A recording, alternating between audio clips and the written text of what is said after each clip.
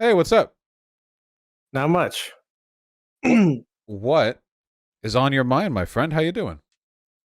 I'm doing good. I just wanted to talk about your framing of men's issues and how the left has failed men in specific ways because I feel like you're kind of oscillating between the left is the reason why men fall down the all right pipeline and the left has an issue with getting men over to the left side. And while I acknowledge that they're not necessarily mutually exclusive, I don't think that the left is the key reason why men fall down that pipeline. I think it's a strong contributor. Not like the reason, obviously, but I think the left has demonstrated a willful um unwillingness to put any work into this side of the culture war discourse. Um and for that reason, they're engaging in a degree of withdrawal from the issue that is, in my mind, negligence. So I would say they're at fault for that. See, I don't necessarily agree because I feel like a lot of the people that I've met and a lot of the people that fall into that are people already sort of in this misogynistic mindset and kind of just following people like Andrew Tate to reaffirm their bigotry. No, I don't think that at all. I think a lot of the people get into this because they're young guys who are frustrated with what seems like a really unfair shake on men's expectations and like dating issues and frustration with women and stuff. And that might like contain some latent misogynistic views, but I don't think they run down this road from the get-go because of like an active desire to pursue misogyny as a political aim. I think they just aren't given any alternative narratives on like how to fix this stuff. The right's the only one who puts the effort in. The left finds it contemptuous. The left is like, we shouldn't have to explain to these young men like how to, I don't know, self-improve or how to date or how to like talk to women or whatever. They should deal with that themselves. And then the right runs in and gives them all these crazy narratives that they run through. Um, but my thing is that because I've known a few I have a few Tate fans are actually work I actually work with some of them, and these seem like kind of frat bro guys and not the type of like insecure boys that you talk about that fall into this type of pipeline.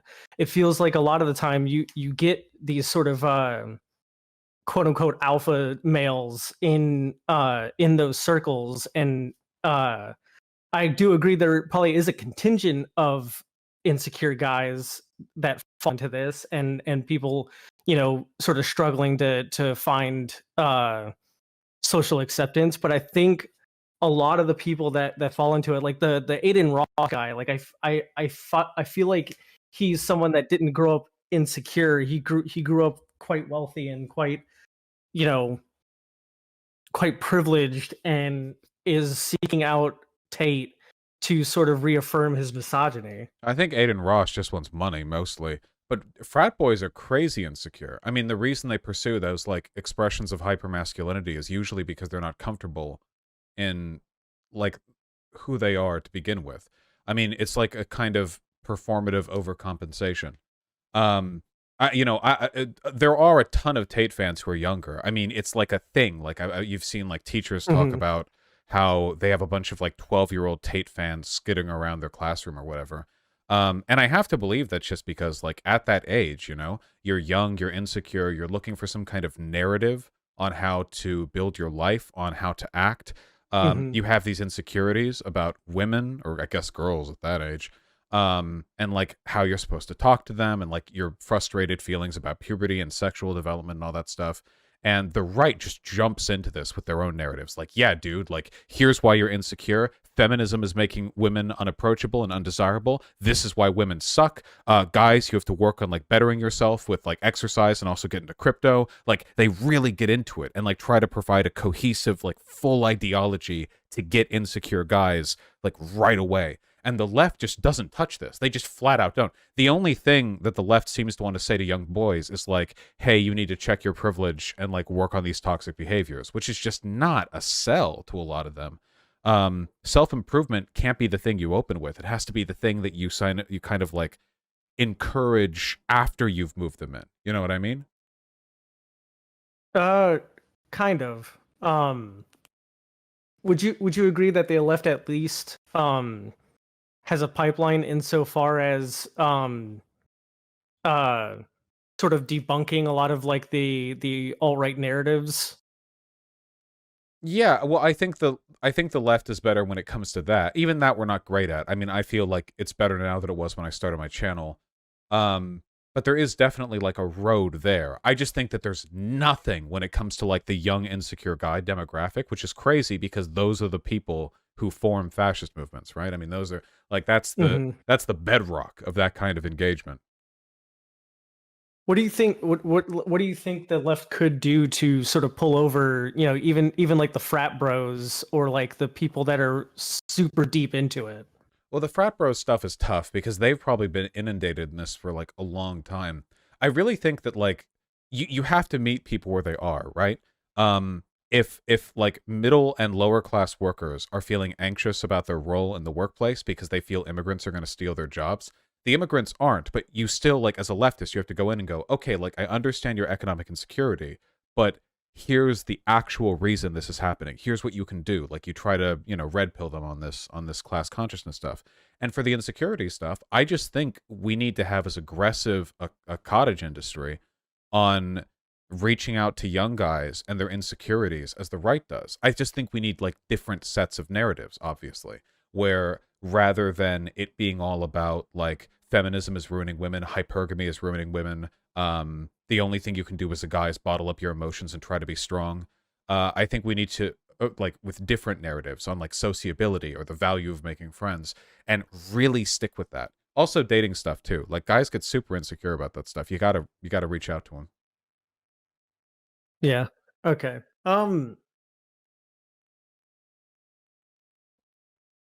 I think that's all I had. Um, You're literally the most I respectful of my time person I've ever had the pleasure of having on here. No, you no, don't gotta you don't gotta it's dip the like that. smallest disagreement. Yeah, no, it's the slightest of disagreements because I still think a lot of your points stand pretty firm. It's just at a certain point it felt like you were kind of oscillating between two different arguments that I feel like aren't necessarily mutually exclusive, but aren't. But I don't feel like the left is as responsible as you kind of portrayed them to be for, like the rise of Andrew Tate and stuff like that.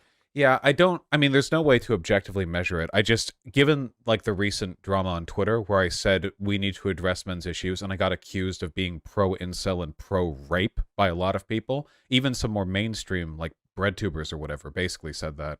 Um, I guess I have a pretty negative opinion of the average online lefty's attitude towards this stuff.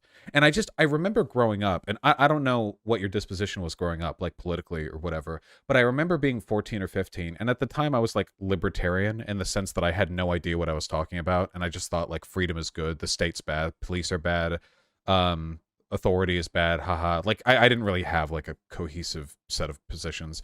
Um, but I remember back then it felt like every contact that I had with the left as like a 15-year-old guy was them telling me that I needed to be better in order to meet the standards of their movement.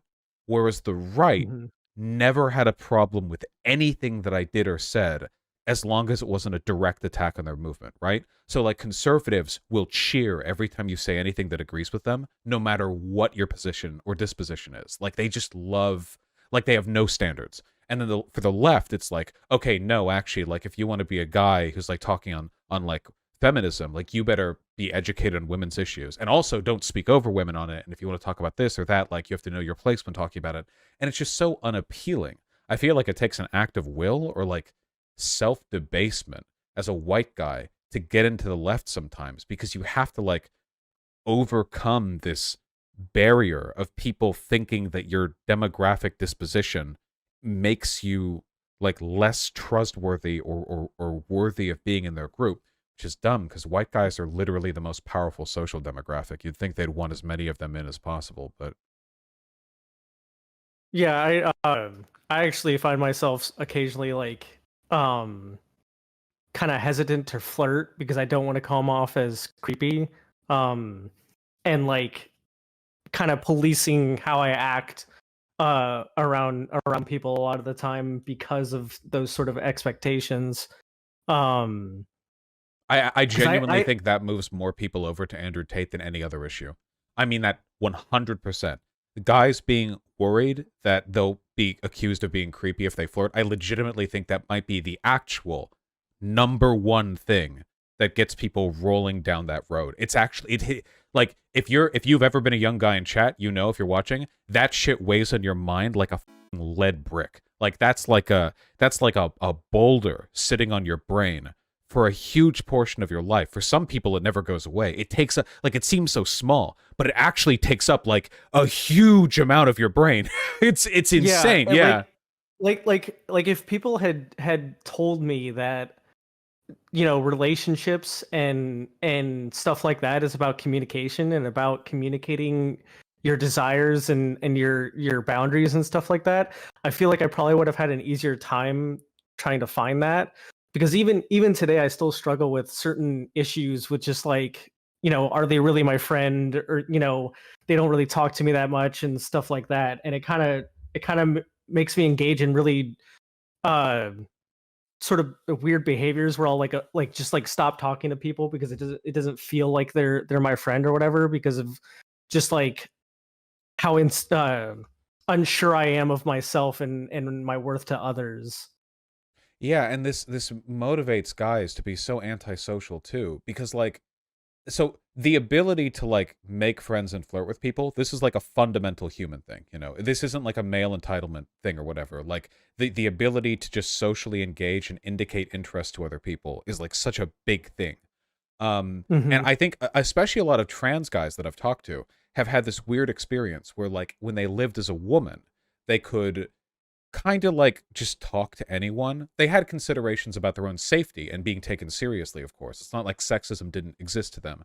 But in terms of like feeling like they could just engage with people without bothering them, I think that a lot of these trans guys before it's like, okay, well, this isn't so much of an issue. And then they transition and present as guys. And a lot of them, because I've heard this from some of them, it's like, oh my God, like I can't just talk to people anymore. Now I get worried that if I just talk to a woman, like they'll be off put by me.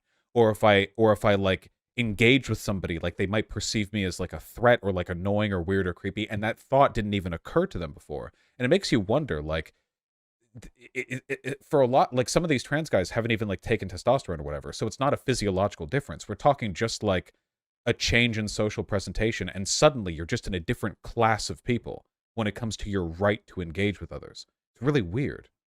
Yeah, and I think that's one of the things that we need to address, and we also need to sort of, because a lot of stuff that I've experienced was due to women being afraid to reject me, um or just like turn me down or whatever.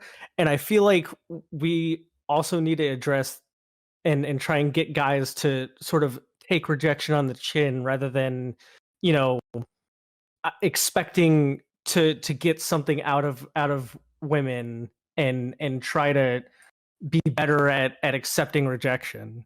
Yeah, for sure. Because one of the big issues, right, is like a lot of women will be cagey if a guy walks up to them and talks to them because the woman thinks, oh, he's just going to ask me out. And that seems unfair until Hmm. you remember, oftentimes she's right. They are just getting ready to ask her out. A lot of guys only interact with women if they want sex or a relationship. So that fear on the part of women isn't invalid. It's just, unfortunate for guys who just want to have a conversation with them. I think it's kind of a mutual thing, right? Because guys obviously, like, Hmm. the way guys interact with women is obviously not uniformly good. There are some issues. But I think it's okay to do like the reciprocal thing, right? Where you can say, okay, like if we're turning the clocks around, like imagine we change the world and we make it so that guys are less creepy or predatory in public.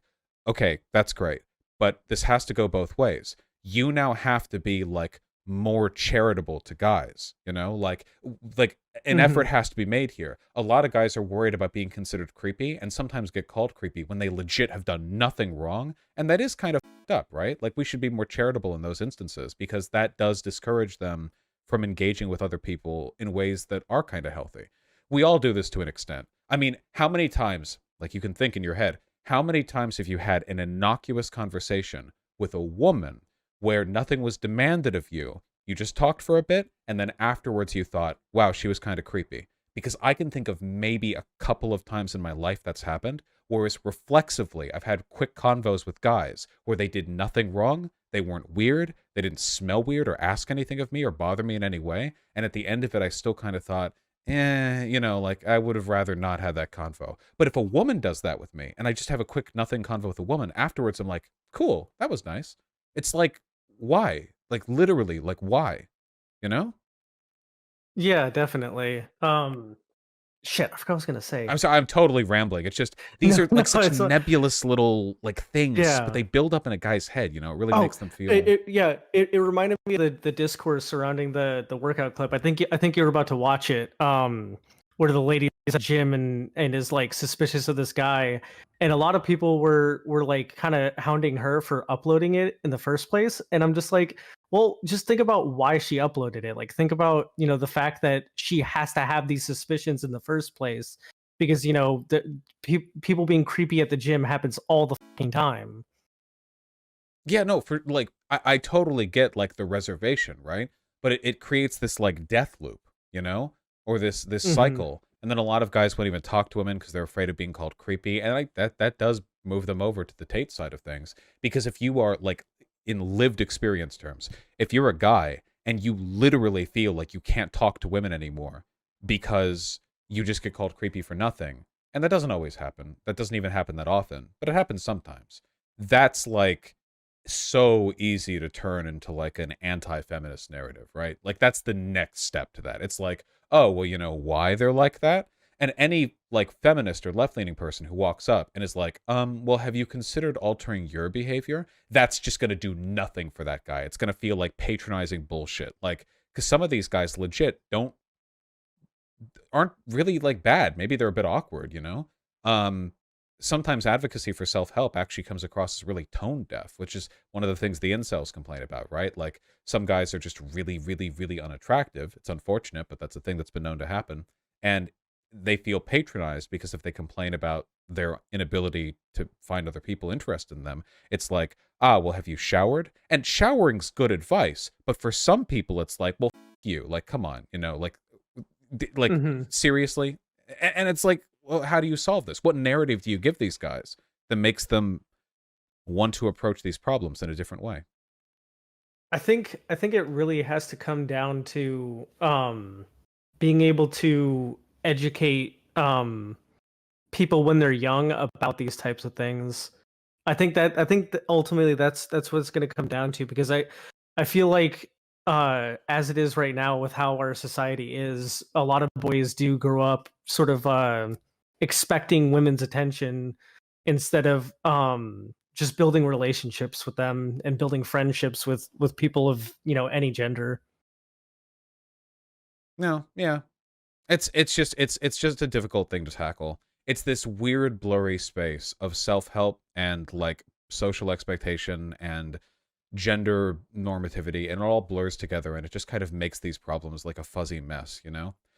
I think like ultimately for me, the worst um I think the big thing is like if you're in high school, right? And you're kind of an awkward girl, you know? Like if you're just kind of like an awkward chick. And this is high school. We're talking like, Hmm. I don't know, 15-year-olds or whatever. If you're kind of an awkward girl, I'm speaking kind of broadly here, but I think this is largely true. If you're kind of an awkward girl, you can talk to a group of people and get a quick convo out of them, and it can be like okay.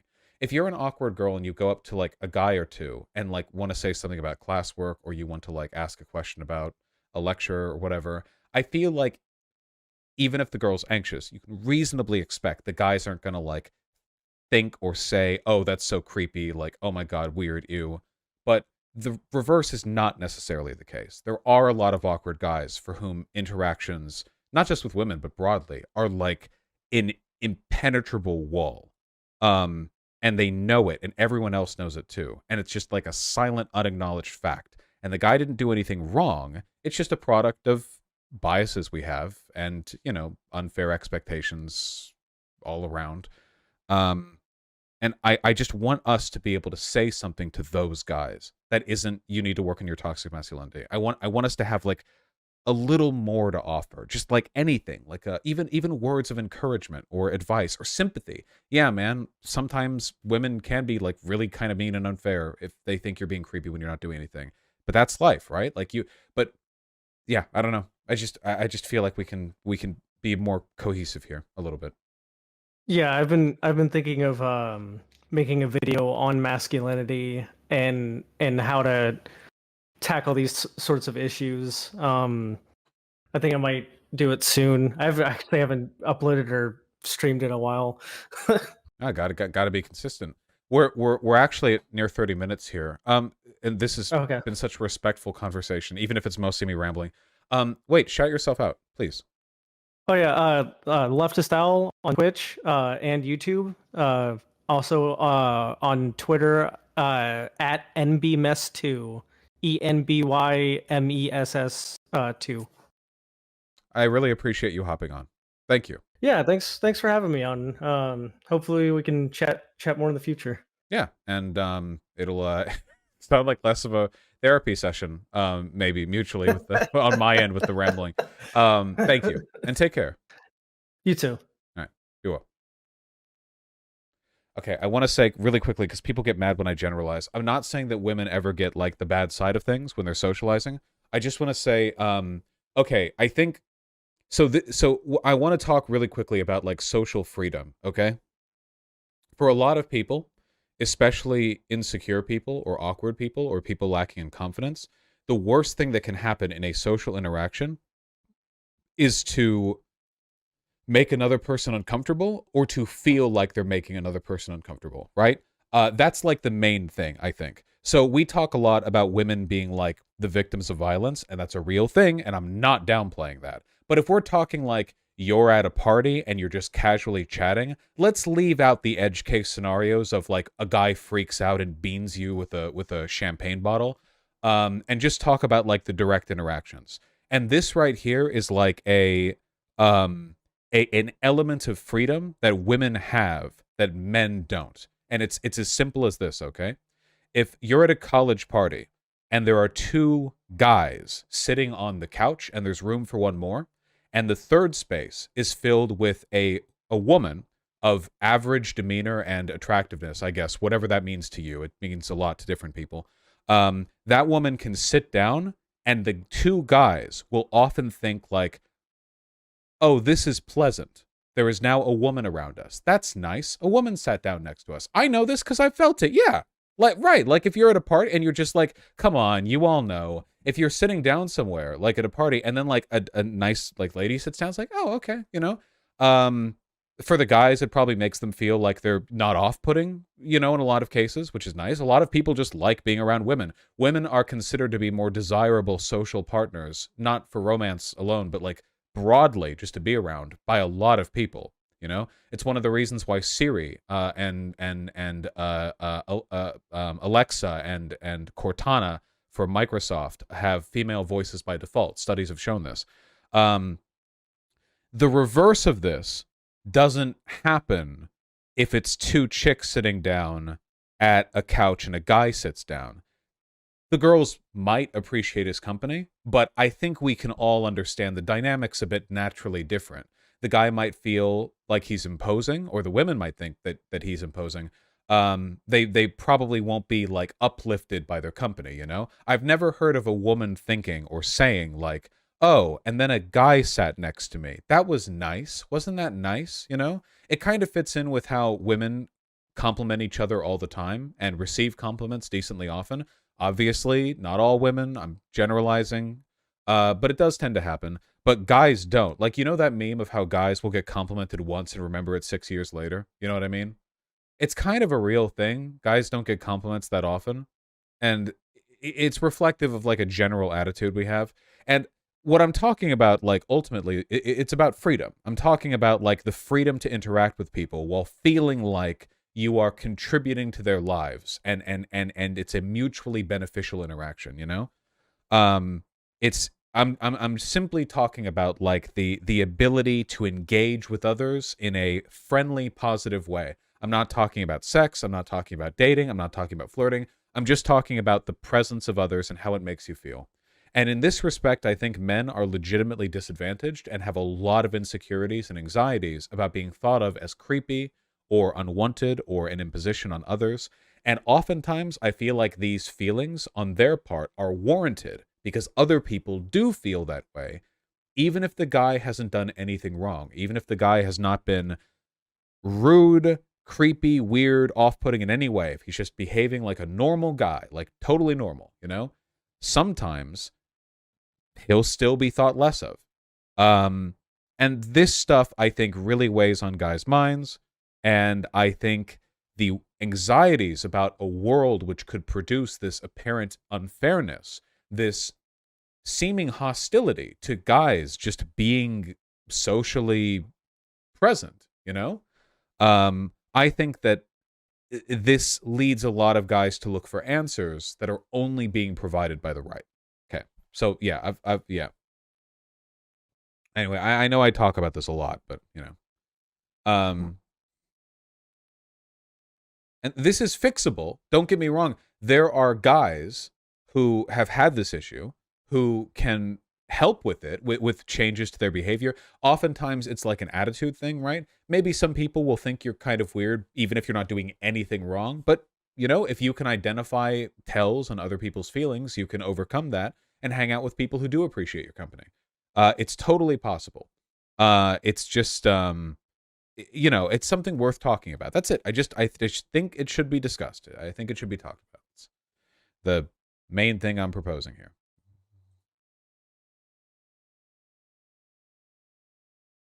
Yeah, exactly, Rosie.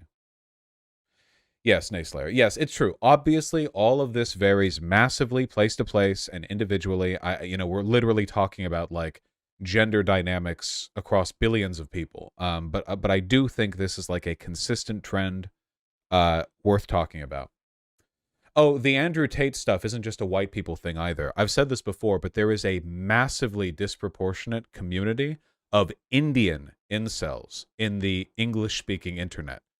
Because you know, a lot of Indian people do speak English, of course, because English is spoken all over, and a lot of them will get like this like neo-chauvinist, like red pill pickup artistry stuff from the West, oftentimes because there's a narrative about Indian men being unappealing to white women, and which sets off a lot of the same.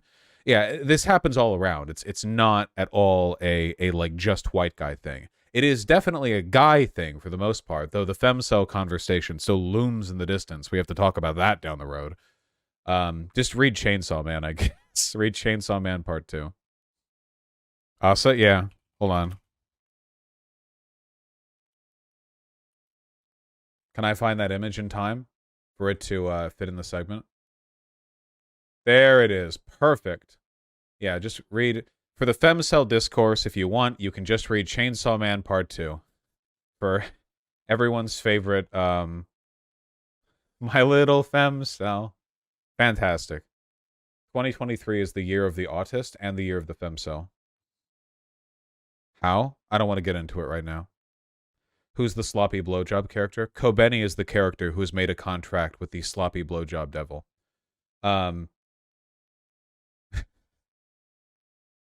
Kobeni traded her teeth so that she can take out dentures and use her gums for a sloppy blowjob that feels incredible. It's her power.